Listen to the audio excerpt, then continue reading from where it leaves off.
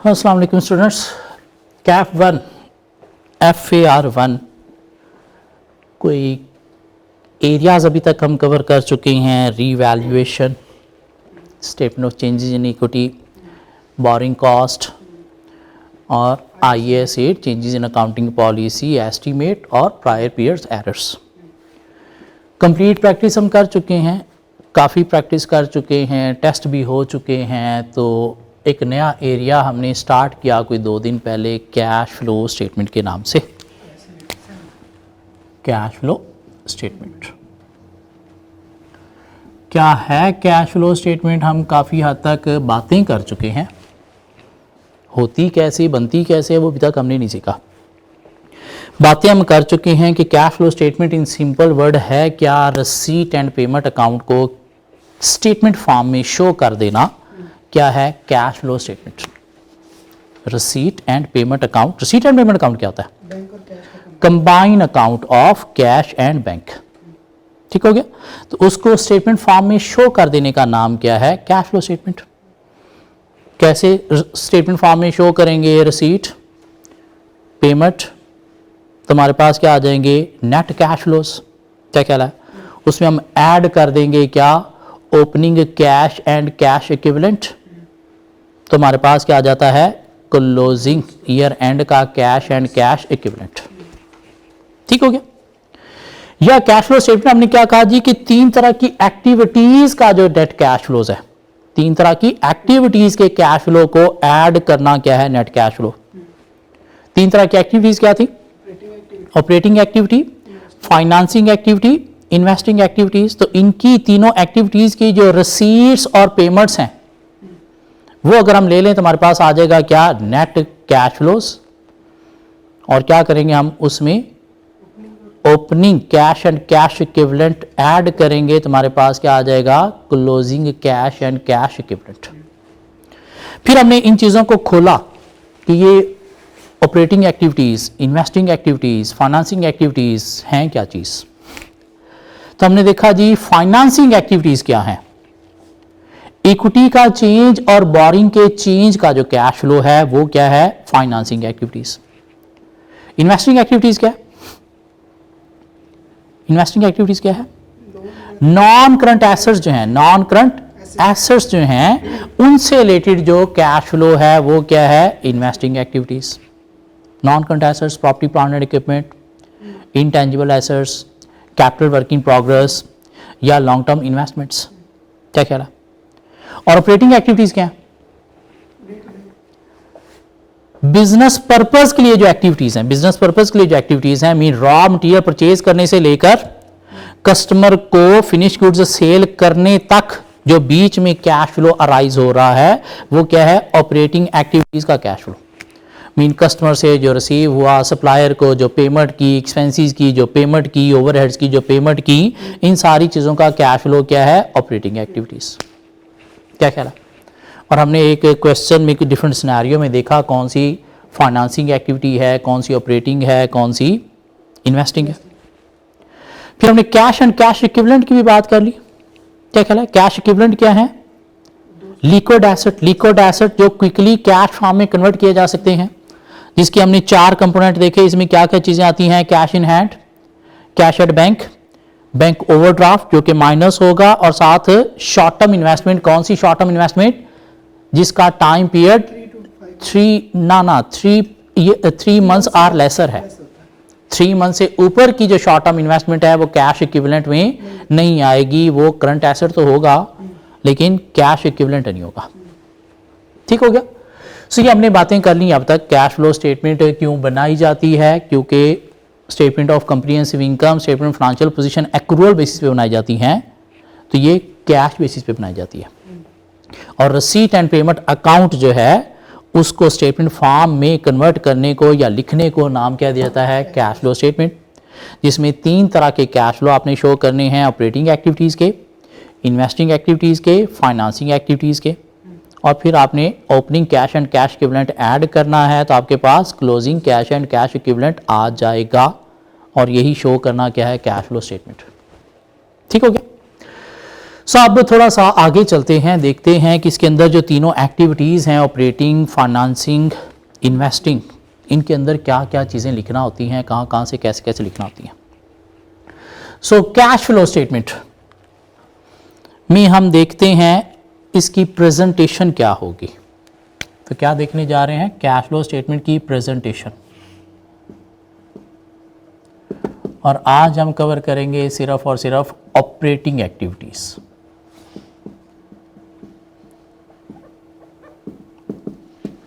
Operating activities की presentation कैसे होगी, मीन कैश फ्लो स्टेटमेंट बनाना सीखने जा रहे हैं। ठीक हो गया। उसमें जो ज़्यादा डिटेल होती है वो ऑपरेटिंग एक्टिविटीज़ की होती है, फाइनेंसिंग और इन्वेस्टिंग में बस दो तीन लाइनें होती हैं। ठीक हो गया। ऑपरेटिंग एक्टिविटीज़ की प्रेजेंटेशन देखने जा रहे हैं कैसे होगी। कहते हैं कैश फ्लो स्टेटमेंट जो है वो दो तरह से बनाई जाती है, दो मेथड हैं कैश फ्लो स्टेटमेंट बनाने के। एक डायरेक्ट मेथड है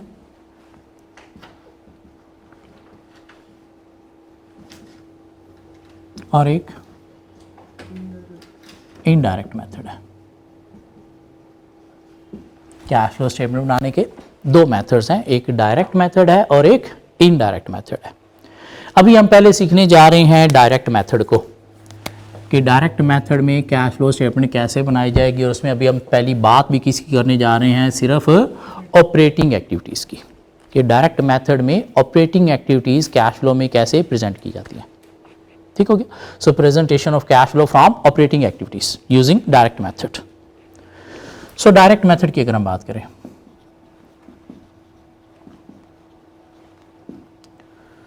कहते हैं कि डायरेक्ट मेथड के थ्रू अगर आपने कैश फ्लो स्टेटमेंट बनानी है तो उसमें ऑपरेटिंग एक्टिविटीज कैसे लिखी जाएंगी, उसके अंदर कुछ कंपोनेंट्स आएंगे।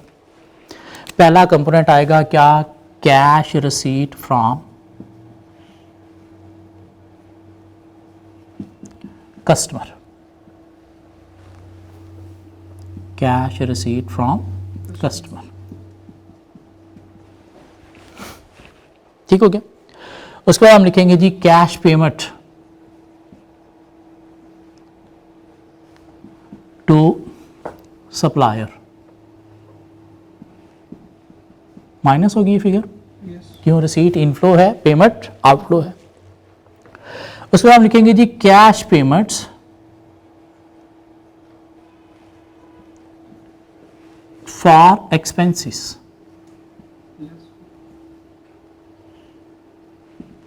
माइनस होगी ये भी, क्या कह रहा, एक्सपेंसेस कंबाइन दिए गए हैं तो कंबाइन कर लेंगे। डिफरेंट कैटेगरीज दी गई हैं, वेजेस एंड सैलरी सेपरेट दिया गया, रेंट एंड रेट सेपरेट दिए गए हैं, admin expenses, selling expenses separate दिए गए हैं, तो सारे सेपरेट माइनस कर लेंगे। ठीक है, कि डिपेंड करता है, अगर कंबाइन है तो कंबाइन ले लेंगे, अगर सेपरेट ले लेंगे। ठीक हो गया। सो यहाँ से हमारे पास एक फिगर आ जाएगी, पॉजिटिव या नेगेटिव, जिसको हम नाम देंगे cash generated from operations. Mean operations से हमें इतना कैश जनरेट हुआ। पॉजिटिव भी हो सकती है फिगर, तो ऑब्वियसली इनफ्लो ज़्यादा आउटफ्लो कम है तो पॉजिटिव होगी, अगर आउटफ्लो ज़्यादा है तो नेगेटिव होगी। ठीक हो गया। उसके बाद हमने क्या करना है, इसमें से दो चीज़ें और माइनस करनी है, दो चीज़ें और माइनस करनी है। क्या माइनस करना है, एक हमने माइनस करना है जी इंटरेस्ट पेड,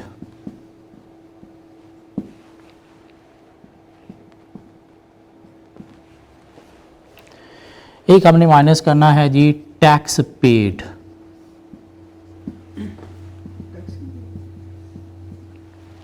इंटरेस्ट पेड और टैक्स पेड दोनों फिगर हम माइनस करेंगे। पेड का मतलब क्या है, कैश आपने कितना इंटरेस्ट का दिया। इंटरेस्ट एक्सपेंस और इंटरेस्ट पेड दोनों डिफरेंट हो सकते हैं, हो सकते हैं, क्या ख्याल है, हो सकते हैं। टैक्स एक्सपेंस और टैक्स पेड दोनों डिफरेंट हो सकते हैं। जब इनके ओपनिंग क्लोजिंग बैलेंस होंगे दोनों डिफरेंट होंगे, अगर ओपनिंग क्लोजिंग बैलेंस नहीं तो फिर सेम होगा। क्या ख्याल है, ये दोनों माइनस करेंगे तो हमारे पास एक फिगर आ जाएगी। इस फिगर को हम नाम देंगे net cash flows from operating activities, net cash flow from operating activities. क्या कह रहा, net cash flow from operating activities, direct method के थ्रू कैश फ्लो कैसे बनाई जाएगी। अब चलते हैं क्वेश्चन की तरफ।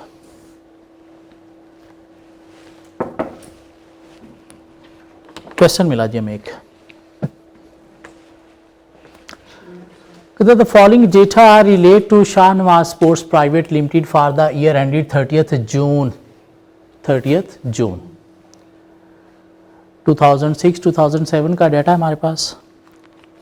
इन्वेंट्री का opening closing balance, prepaid expenses का opening closing balance, trade debtors का ओपनिंग क्लोजिंग बैलेंस, कैश का opening closing balance, accounts payable, accounts क्या आते हैं, creditors,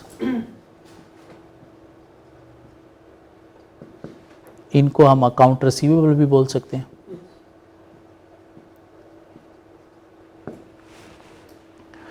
income tax payable opening closing balance, income tax payable का opening closing balance, sales सिर्फ 2007 का balance, क्योंकि एक साल का ही होता है, पिछला हम कंपैरेटिव शो नहीं करते। कॉस्ट ऑफ सेल माइनस होगी, ऑपरेटिंग एक्सपेंसेस माइनस होंगे, इंटरेस्ट एक्सपेंस माइनस होगा, टैक्सेशन माइनस होगा। अगर प्रॉफिट आफ्टर टैक्स निकालना है तो क्या ख्याल है, अगर प्रॉफिट आफ्टर टैक्स निकालना है तो। उसके बाद depreciation included in operating expenses, operating expenses से 600 डेप्रिसिएशन निकाली गई है या उसके अंदर इंक्लूड है, उसके अंदर इंक्लूड है, मीन इसके अंदर ऑपरेटिंग एक्सपेंसेस कितने हैं 80,000, इसके अंदर ये वाली डेप्रिसिएशन जो है वो इंक्लूड है, ऑपरेटिंग एक्सपेंस होता है। कहते हैं depreciation included in cost of goods sold, cost of goods sold में भी डेप्रिसिएशन होती है, यस होती है। मैन्युफैक्चरिंग बिजनेस अगर है, मैन्युफैक्चरिंग बिजनेस है तो मैन्युफैक्चरिंग के लिए जो भी एसेट यूज हो रहे हैं, प्लांट मशीनरी, उनकी डेप्रिसिएशन कॉस्ट ऑफ सेल का पार्ट बनती है। हाँ, एक ट्रेडिंग बिजनेस है तो वहाँ पे डेप्रिसिएशन ऑपरेटिंग पार्ट बनती है। अब यहाँ पे हो सकता है कुछ मैन्युफैक्चरिंग भी एसेट हैं जो कॉस्ट ऑफ सेल को चार्ज हो रहे हैं, और कुछ ऑपरेटिंग लाइक मोटर व्हीकल्स वगैरह भी हैं, उनकी डेप्रिसिएशन, लैंड बिल्डिंग वगैरह भी है, उनकी डेप्रिसिएशन किसको चार्ज हो रही है, ऑपरेटिंग एक्सपेंस को चार्ज हो रही है। दिस मीन ये जो कॉस्ट ऑफ सेल है 310 ही है, इसके अंदर ये डेप्रिसिएशन इंक्लूडेड है। क्या ख्याल है, profit before tax 89,000, profit before tax 89,000, check करके देखोगे इतना ही बनता है। 5 लाख से 310 कॉस्ट ऑफ सेल निकाला तो पीछे कितना बच गया 190, 190 से 80,000 ऑपरेटिंग एक्सपेंस निकाला तो पीछे कितना बच गया 110, और 110 से 210 इंटरेस्ट निकाला तो आपके पास कितना बच गया 21,000, 110 से 21,000 निकाला तो आपके पास 89,000 profit before tax, after tax नहीं है, बिफोर टैक्स। और ये डेप्रिसिएशन ये तो ऑलरेडी जो है वो इनके अंदर शामिल है ना।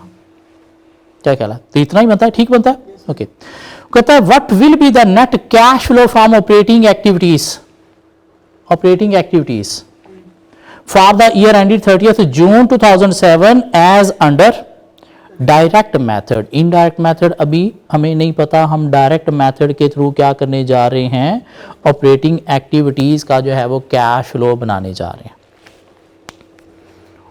तो क्या करने जा रहे हैं हम, ऑपरेटिंग एक्टिविटीज का कैश फ्लो बनाने जा रहे हैं।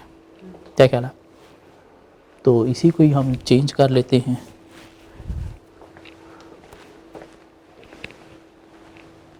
हमें ये चीज़ें चाहिए इसके अंदर से, कैश रिसीट फ्रॉम कस्टमर चाहिए, कैश पेमेंट टू सप्लायर चाहिए, कैश पेमेंट फॉर एक्सपेंसेस चाहिए। देखते हैं, मेरे ख्याल से एक्सपेंसेस इकट्ठा ही दिया गया, इकट्ठा ही दिया गया। क्या कहला है, यही प्रेजेंटेशन बनेगी। Cash generated from operations, interest है, कैश टैक्स का भी है इसमें, इसमें यही डेटा हमें चाहिए। तो इसको अगर हम ऊपर से यूँ मिटा दें और ऊपर अपनी हेडिंग शेडिंग लिख लें, डायरेक्ट मेथड से हम बनाने जा रहे हैं, यहाँ पे हम फिगर लिख लेंगे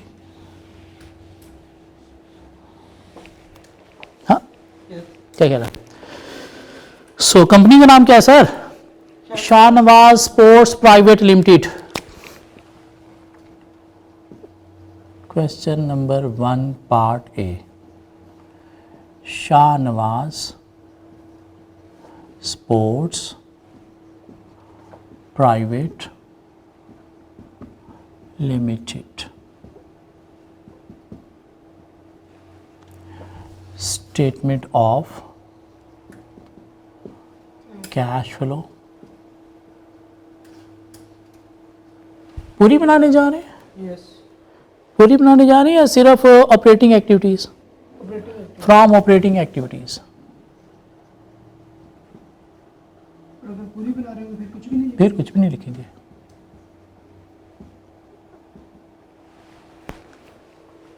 यूजिंग डायरेक्ट मेथड, क्या ख्याल है?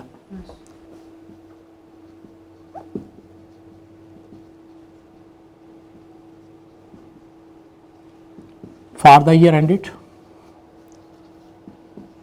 for the year ended 30th June 2007। ठीक हो गया? समय चाहिए जी कैश रिसीट फ्रॉम कस्टमर। अब अगर हम क्वेश्चन में आए, इन्वेंट्री का ओपनिंग क्लोजिंग बैलेंस दिया गया है। इन्वेंट्री का ओपनिंग क्लोजिंग बैलेंस दिया गया है। इन्वेंट्री का हमने लेजर को 2 दिन पहले खोला था और हमने बात की थी कि अगर तो इसका ओपनिंग क्लोजिंग बैलेंस ना हो तो फिर परचेजेस और कॉस्ट ऑफ सेल सेम ही होगी। क्या कह रहा? यही जो कॉस्ट ऑफ सेल है यही परचेजेस होगी। लेकिन अगर ओपनिंग क्लोजिंग बैलेंस है दिस मीन परचेजेस और कॉस्ट ऑफ सेल डिफरेंट हो सकती है। Prepaid expenses opening closing balance दिया गया, डिफरेंट हो सकते हैं। क्या? कैश और एक्सपेंस। अगर ये ओपनिंग क्लोजिंग बैलेंस ना होता दिस मीन हम क्या कहते हैं, जितना एक्सपेंस था उतना ही कैश था। ठीक हो गया? ट्रेड डेटर्स का ओपनिंग क्लोजिंग बैलेंस दिया गया, दिस मीन सेल्स और कैश डिफरेंट अमाउंट होगी। अगर इसके बैलेंसेस ना होते तो इसका मतलब सेल्स ही कैश थी, इन सारी की सारी कैश सेल ही है। कैश को हम कैश फ्लो में यूज नहीं करते। क्या कह रहा है? ये तो एंड पे जाके वो ओपनिंग क्लोजिंग बैलेंस हमने देखना होते हैं। अकाउंट्स पेएबल क्रेडिटर का बैलेंस दिया गया है, दिस मीन कैश और परचेजेस डिफरेंट होंगी। सेल्स दी गई है, कॉस्ट ऑफ सेल दी गई है। इनकम टैक्स पेएबल दिया गया आपको sir, this mean tax expense और टैक्स का जो कैश पेड है वो डिफरेंट अमाउंट होंगी। अगर ये ना होता तो हम क्या कहते, यही टैक्स जो है यही कैश पेमेंट भी थी। सेल दी गई है, cost of sale, operating expenses, interest expense दिया गया है। क्या इसका कोई ओपनिंग क्लोजिंग बैलेंस है इंटरेस्ट पेएबल का? दिस मीन यही कैश पेमेंट भी होगी, इंटरेस्ट की यही कैश पेमेंट भी होगी। क्या कह रहा? और उसके बाद डेप्रिसिएशन दी गई है हमारे पास, प्रॉफिट बिफोर टैक्स दिया गया। हमें क्या चाहिए? सबसे पहले हमें चाहिए sir cash receipt from customer. Cash receipt from customer कैसे निकालेंगे sir? Cash receipt from customer कैसे निकालेंगे? हमें खोलना पड़ेगा वर्किंग वन डेटर लेजर। क्या ख्याल है? डेटर अकाउंट से मिल सकता है ना? जिसका ओपनिंग बैलेंस हमारे पास है, क्लोजिंग बैलेंस हमारे पास है। कितना ओपनिंग बैलेंस है सर डेटर का? 30,000 उसका ओपनिंग बैलेंस है। क्लोजिंग बैलेंस कितना है? 52,000। 52,000 क्या? यस 52,000 सर, 52,000 है। सेल हमारे पास है कितनी? 500,000। तो सेल यहाँ पे आएगी या यहाँ पे आएगी? एंट्री क्या होती है? डेटर डेबिट सेल्स क्रेडिट, तो यहाँ पे आएगी सेल्स कितनी? 500,000। तो हमें कैश फाइंड करना है, कैश रिसीव्ड फ्रॉम कस्टमर। क्या कह रहा? तो 530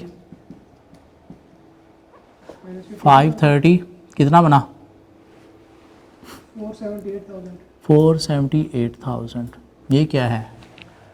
कैश रिसीव्ड फ्रॉम कस्टमर, कहाँ से निकाला हमने, वर्किंग 1 से कितना 478,000। क्या ख्याल है, ये बात समझ आती है। अब हमें और क्या चाहिए, कैश पेमेंट टू सप्लायर चाहिए, हमें कैश पेमेंट टू सप्लायर चाहिए हमें।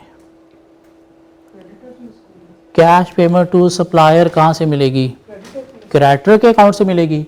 चलें जी, एक वर्किंग 2 जो है वो आप क्रेडिटर अकाउंट की भी खोल लो।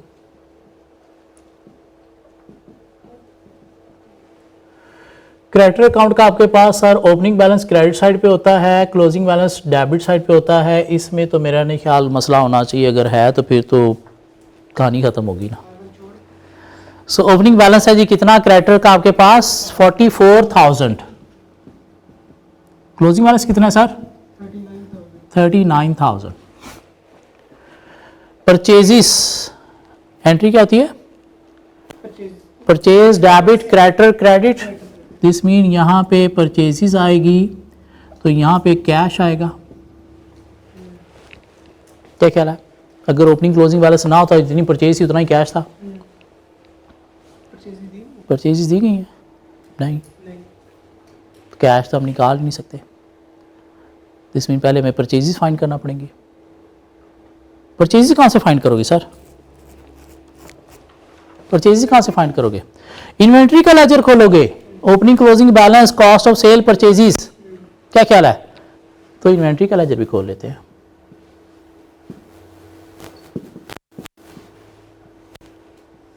ब्रॉड डाउन इसका डेबिट साइड पे होता है, और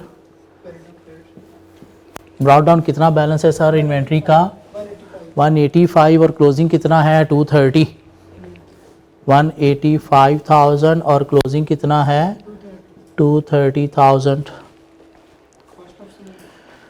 और कॉस्ट ऑफ सेल इधर आएगी, हमने 2 दिन पहले इसका अकाउंट खोल के देखा था, और परचेजिस जो हैं वो इधर आएंगी।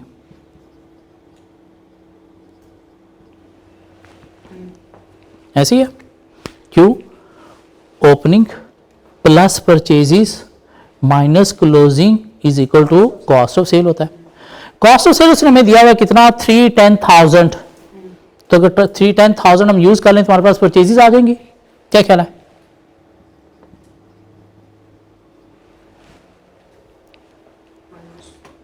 क्या 310,000 ही कॉस्ट ऑफ सेल लिखना चाहिए, नहीं सर, उसके अंदर depreciation non cash item 6,000 included है, तो उसे हमें एक्सक्लूड करना पड़ेगा।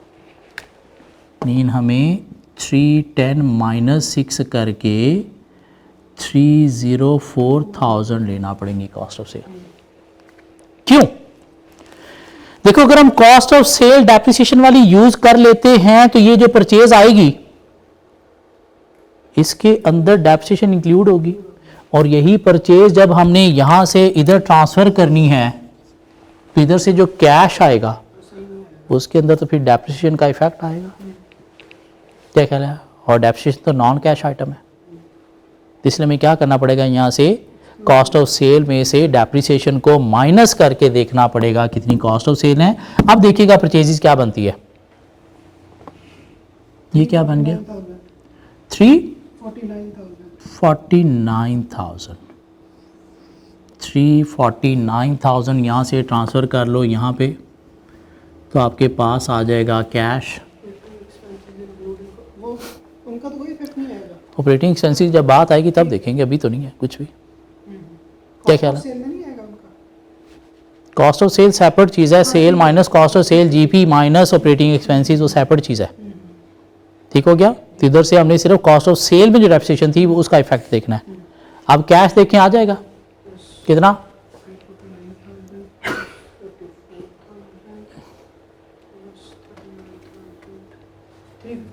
354,000।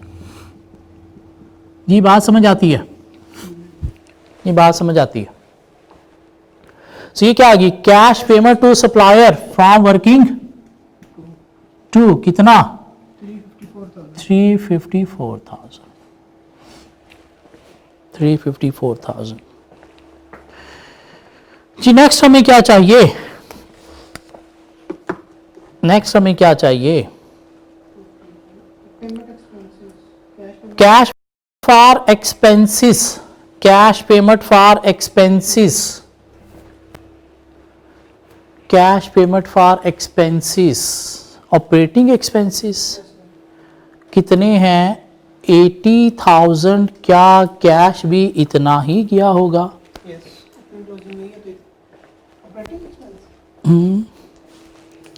इतना ही होगा। सर आपके पास प्रीपेड एक्सपेंसेस दिया गया है ओपनिंग क्लोजिंग बैलेंस, दिया गया ये भी तो एक्सपेंसेस ही हैं। This mean cash account open करना। और एक्सपेंस दो डिफरेंट चीज़ें होंगी सर। क्या कह रहा है? कैश और एक्सपेंस दो डिफरेंट चीज़ें होंगी, तो हमें यहाँ पे एक वर्किंग नंबर 4 करना पड़ेगी इसमें कि 3 करना पड़ेगी। 3 prepaid expenses account. Opening balance debit होगा डेबिट होगा कितना? 16,000 16,000। क्लोजिंग बैलेंस क्रेडिट होगा 14,000 14,000। और इधर एक्सपेंसेस आएंगे, कैश इधर हम कैश कैश निकाल लेंगे। एक्सपेंसेस कितने हैं सर?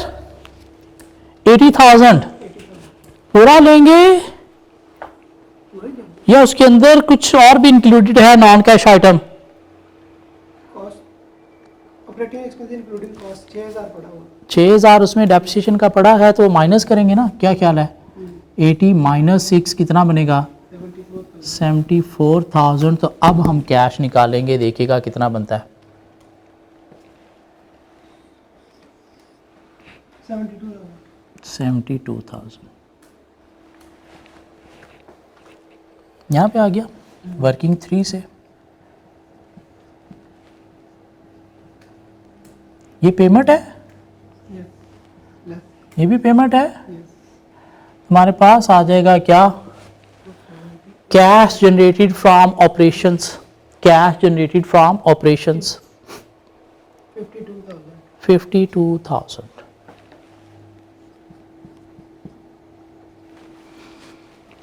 अब हमें चाहिए इंटरेस्ट पेड और tax paid. Interest financial statements में आ रहा है सर कितना? 21,000 का। क्या इससे रिलेटेड कोई अकाउंट है? मीन ये हमारे पास जो है बेसिकली क्या है, बैलेंस शीट आइटम है और ये इनकम स्टेटमेंट आइटम है।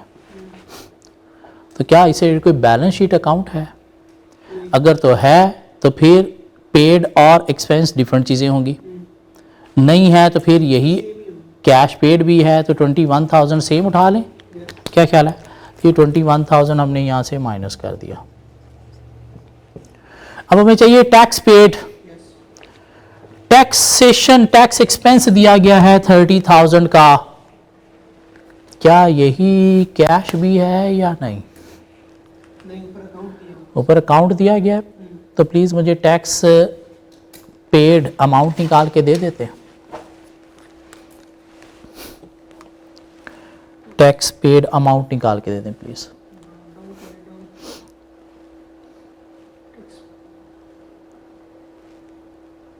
अकाउंट का उसका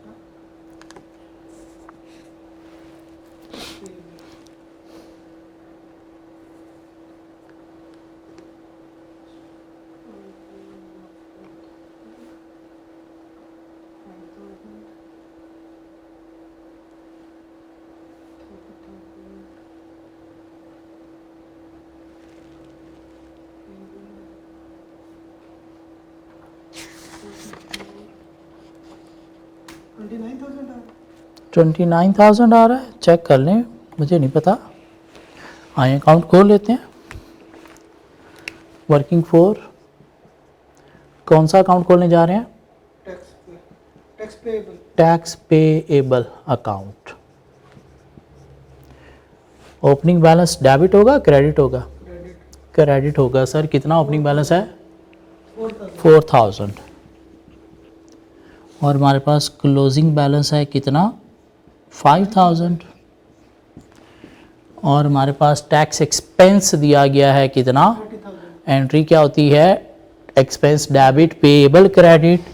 तो टैक्सेशन जो है हमारे पास एक्सपेंस दिया गया कितना 30,000 का, तो हमारे पास बैलेंसिंग फिगर जो है वो कैश पेड की आ जानी चाहिए और वो आ गई 29,000। तो 29,000 यहाँ पे ले लेंगे। यस तो हमारे पास आ गया सर क्या, net cash flow from operating activities. Net cash flow from operating activities कितना 2000। क्या ख्याल है, यहाँ तक कुछ बात समझ आती है? यहाँ तक कुछ बात समझ आती है?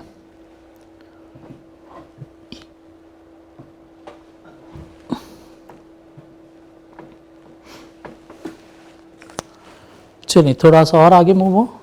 सो ये क्या आपने सीख लिया कि कैश फ्लो डायरेक्ट मेथड के थ्रू हमने ऑपरेटिंग एक्टिविटीज़ कैसे बनानी है। सिर्फ ऑपरेटिंग एक्टिविटीज़ के हद तक हमने देखा कि receipt from customer, payment to supplier, payment for expenses, तो क्रेडिट फ्रॉम ऑपरेशंस आ गया, उसमें interest paid, tax paid, expense नहीं पेड, कैश वो हमने माइनस करना है। तुम्हारे पास क्या आ गया, net cash flow from operating activities. चलें जी, अब बात करते हैं कि अगर हमने डायरेक्ट मेथड नहीं इनडायरेक्ट मेथड यूज़ करना है तो आज उसकी थोड़ी सी बात करेंगे हम, प्रॉपर डिटेल नहीं डिस्कस करेंगे, थोड़ी सी बातें उसकी आज करेंगे, फिर बातें बाकी कुछ नेक्स्ट क्लास में और उनमें एडिशन करेंगे और फिर आगे लेके चलेंगे। ठीक हो गया? सो ये मैं मिटाने लगा हूँ सर।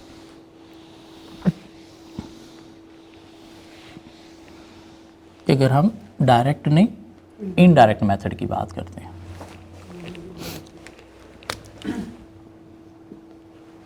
इनडायरेक्ट मेथड, ठीक हो गया?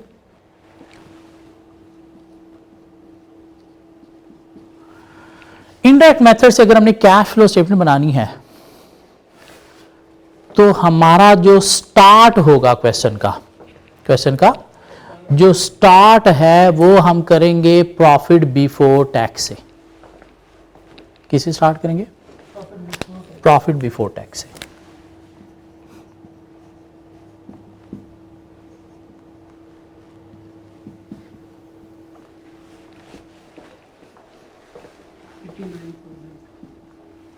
जो भी फिगर होगी, ठीक हो गया? उसके बाद हम क्या करेंगे, इस प्रॉफिट बिफोर टैक्स में कुछ एडजस्टमेंट करेंगे। क्या करेंगे? एडजस्टमेंट फॉर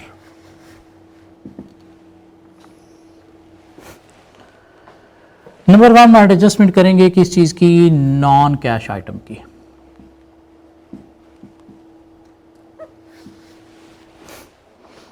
किसकी एडजस्टमेंट करेंगे? नॉन कैश आइटम्स की। नॉन कैश आइटम्स क्या हो सकती हैं सर? डेप्रिसिएशन हो सकती है, अमोर्टाइजेशन हो सकती है,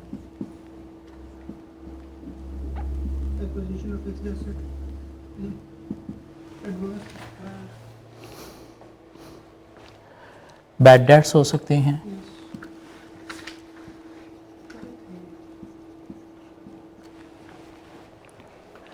रीवैल्यूएशन भी हो सकता है। क्या ख्याल है, क्यों रिवैल्यूएशन? सरप्लस तो शायद इनकम स्टेटमेंट में आता ही नहीं कहीं पे, रिवैल्यूएशन लॉस आता है। Revaluation loss debit asset credit PNL में आता है। क्या ख्याल है, कैश आइटम है नॉन कैश आइटम है? रिवैल्यूएशन लॉस कैश आइटम है, नॉन कैश आइटम है सर, नॉन कैश आइटम है। तो हम क्या करेंगे, रिवैल्यूएशन लॉस का इफेक्ट भी लेंगे।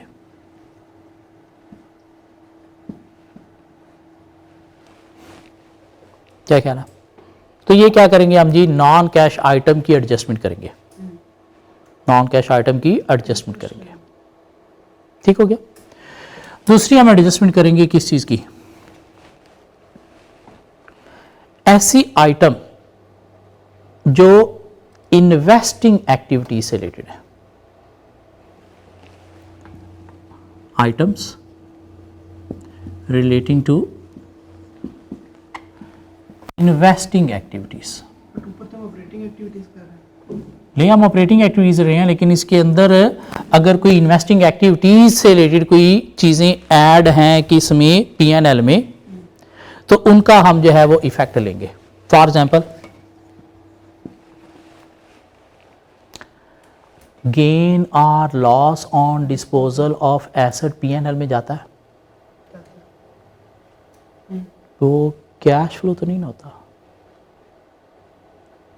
क्या ख्याल है? वो तो डिस्पोजल अकाउंट से कैलकुलेट होके जाता है ना। क्या ख्याल है? तो उसका इफेक्ट हम लेंगे, गेन और loss on disposal of asset. क्या ख्याल है?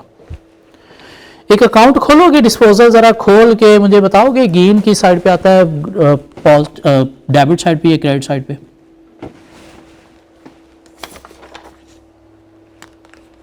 गेन क्रेडिट साइड पे आता है। अकाउंट खोल के जरा देखें कैसे आ रहा होता है।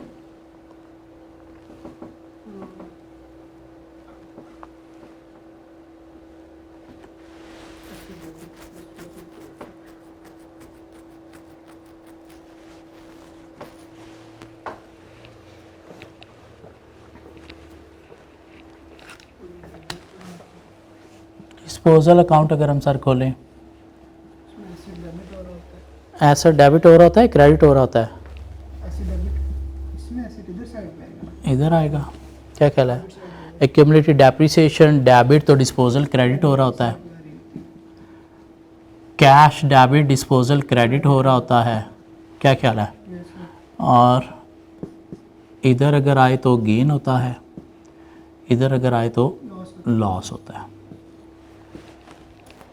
ऐसे ही होता है। क्या ख्याल है? तो गेन और लॉस का इफेक्ट हमने लेना है किसके साथ? प्रॉफिट बिफोर टैक्स के साथ। क्या ख्याल है?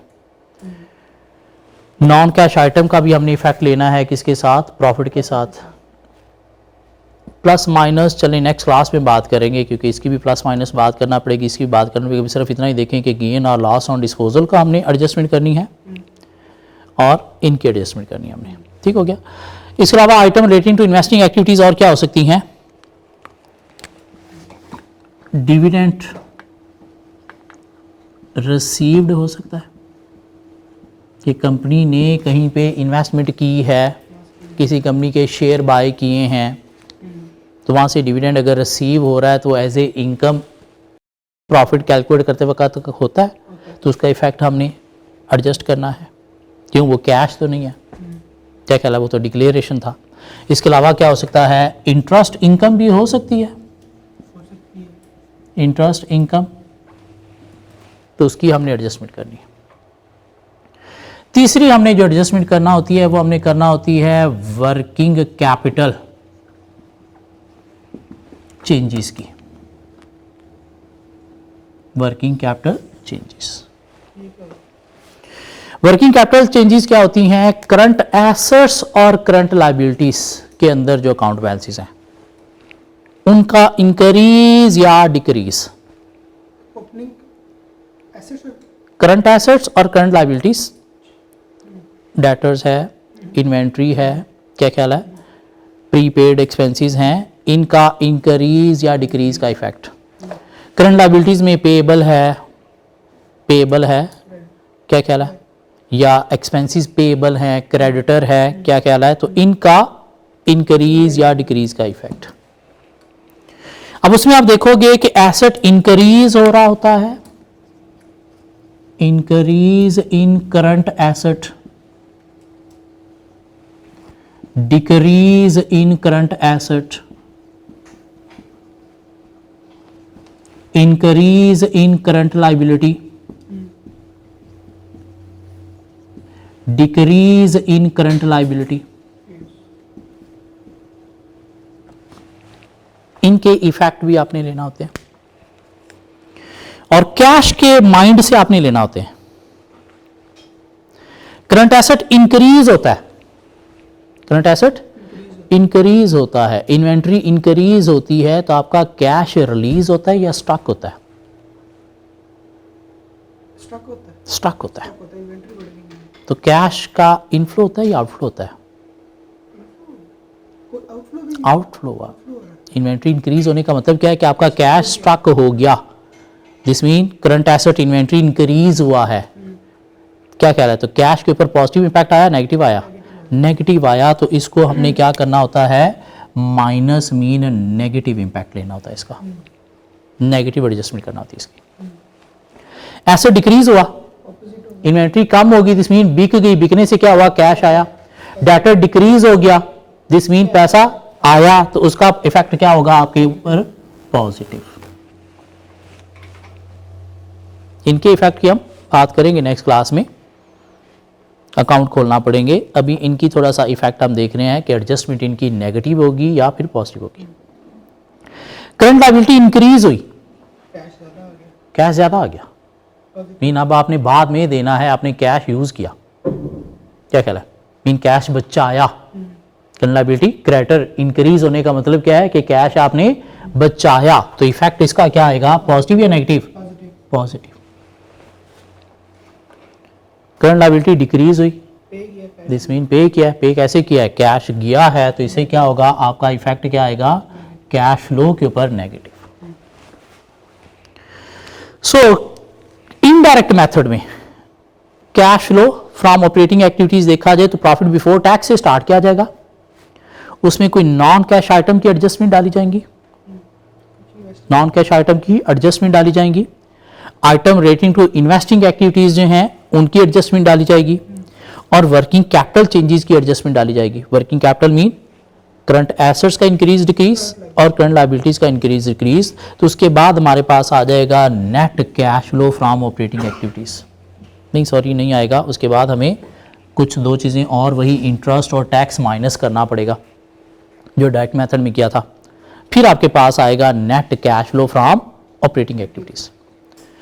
सो ऑपरेटिंग एक्टिविटीज में अगर हमने डायरेक्ट मेथड यूज करना है तो क्या लिखेंगे, cash receipt from customer, cash payment to supplier, cash payment to for expenses. तो आपके पास कैश जनरेटेड फ्रॉम ऑपरेशन आ जाएगा, उसमें से इंटरेस्ट माइनस करना है, interest paid interest paid, interest का कैश माइनस करना है जो पे किया है, टैक्स पेड माइनस करना है, तो आपके पास net cash flow from operating activities आ जाएगा। ये क्वेश्चन हमने करके देख लिया। इनडायरेक्ट मेथड में हम क्या करेंगे, प्रॉफिट बिफोर टैक्स से स्टार्ट करेंगे, उसमें non cash item like depreciation वगैरह की एडजस्टमेंट करेंगे, item relating to investing activities जो पीएनएल में ये प्रॉफिट कैलकुलेट करने में इन्वॉल्व थी उनकी एडजस्टमेंट करेंगे, क्या ख्याल है, यस सर। और वर्किंग कैपिटल चेंजेस जो हैं इनकी एडजस्टमेंट करेंगे।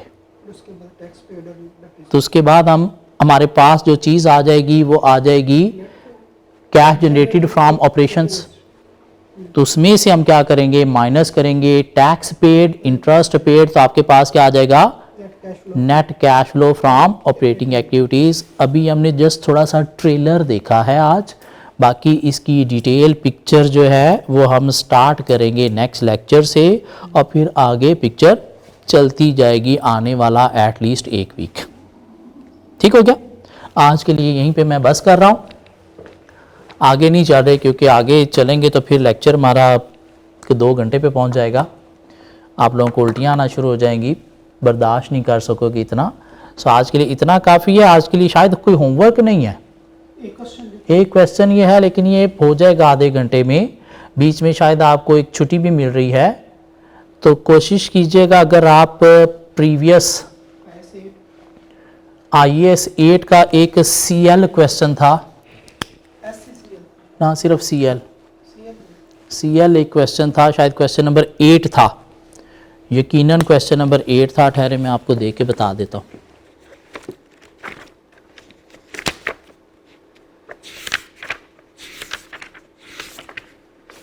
नहीं क्वेश्चन नंबर 8 नहीं, एंड पे जाके एक क्वेश्चन नंबर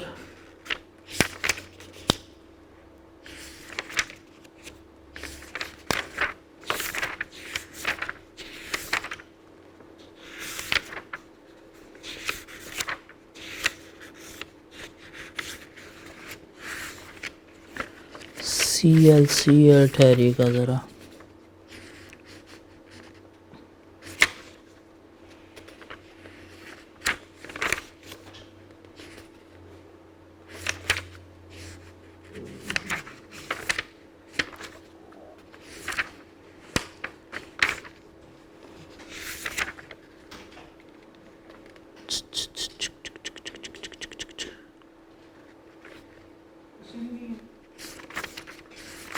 कहाँ पे था ये क्वेश्चन?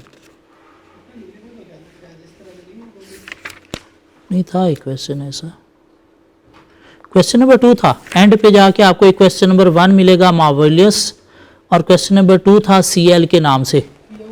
क्वेश्चन नंबर 2 CL, ये आपने दोबारा से ट्राई करना है, मीन रिवीजन हो जाएगी इसकी। ये क्वेश्चन आपने दोबारा से ट्राई करना है, साथ ऑरेंजेस लिमिटेड भी दोबारा से ट्राई करना है,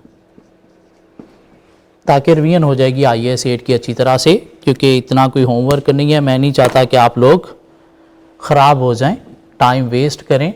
वैसे तो शायद इन क्वेश्चन पे भी आपको लगता होगा टाइम वेस्ट होगा, लेकिन होगा नहीं। तो ये 2 क्वेश्चन आप लोगों ने जो है वो दोबारा से रिवाइज़ करने हैं, और ये एक पार्ट A डायरेक्ट मेथड से कैश फ्लो का आपने एक दफ़ा बनाना है। और नेक्स्ट क्लास में आने से पहले प्लीज़ कैश फ्लो की सारी चीज़ें एक दफ़ा रिवाइज़ करके बैठना है। मिलते हैं नेक्स्ट क्लास में कुछ नई चीज़ों के साथ।